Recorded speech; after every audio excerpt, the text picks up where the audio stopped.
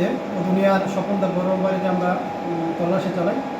ওইখানে তল্লাশি চালিয়ে স্বপনদার বড় বাড়ি থেকে প্রচুর পরিমাণে বিলাতি মদ আমরা উদ্ধার করি, যেগুলোর বাজার মূল্য প্রায় 60,000 টাকা হবে।